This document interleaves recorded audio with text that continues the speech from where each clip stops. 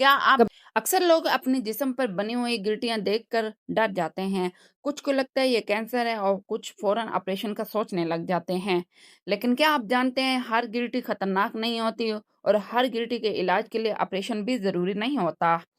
आज की वीडियो में हम तफसील से जाएंगे कि जिस्म की गिल्टियाँ क्यों बनती हैं, कौन सी गिल्टियाँ खतरनाक नहीं होती और किन घरेलू नुस्खों और कुदरती इलाज से आप बगैर ऑपरेशन से इनसे निजात हासिल कर सकते हैं।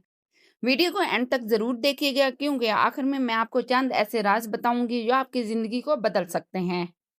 गिल्टियाँ कई वजूहत से बन सकती हैं। सबसे आम वजह यह है चर्बी जमने की, इसे लिपोमा कहते हैं। ये नरम और दर्द के बगैर होती है। दूसरी वजह यह है ये पीप और इन्फेक्शन की वजह से होती है जो अक्सर दर्द और सूजन के साथ होती है। तीसरी वजह यह है कि गदूद की सूजन या बुखार जिस्मानी बीमारी के दौरान जाहिर होती है। कुछ गिल्टियाँ हार्मोन या कुव्वत मुदाफ़ियत कमज़ोर होने की वजह से भी बनती हैं। कभी-कभी जिगर या गुर्दों की बीमारी भी जिस्म पर गिल्टी की सूरत में अपना इशारा देती है।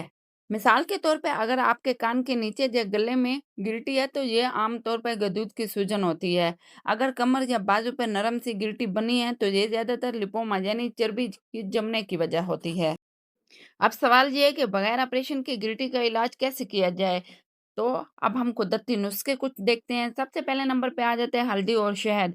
हल्दी स्वेलिंग कम करती है और शहद जरासीम को मारता है। दोनों को मिलाकर दिन में 1 चम्मच लें। नंबर 2 पे है लहसुन और अदरक। लहसुन में कुदरती एंटीबायोटिक्स खसूसियत हैं और अदरक खून को साफ करता है। रोजाना खाने में शामिल करें। तीसरे नंबर पे आ जाते हैं नीम के पत्ते। नीम के पत्तों को पीस के पेस्ट बना लें और गिल्टी पर लगाएं। ये जरासीम और स्वेलिंग को कम कर देगा।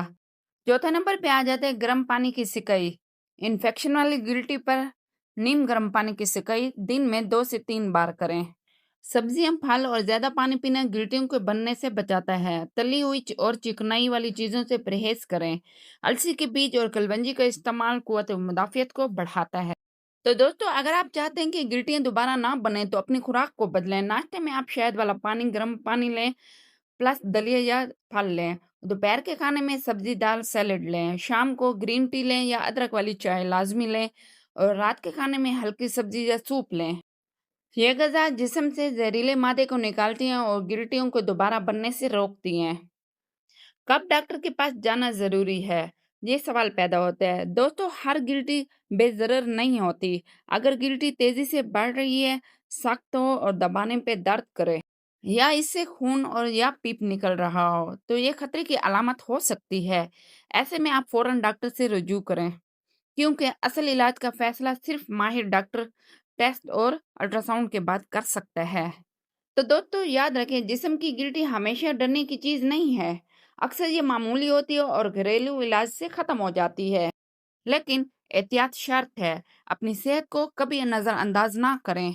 अगर आपको आज की वीडियो पसंद आई हो तो लाइक और शेयर जरूर करें। कमेंट में बताएं आप किस घरेलू नुस्खों को आजमाना चाहेंगे और सेहत और तंदुरुस्ती के मजीद वीडियोस के लिए चैनल को सब्सक्राइब करना ना भूलें। अपना और अपने प्यारों का ख्याल रखें। अल्लाह आपको सेहतमंद रखे।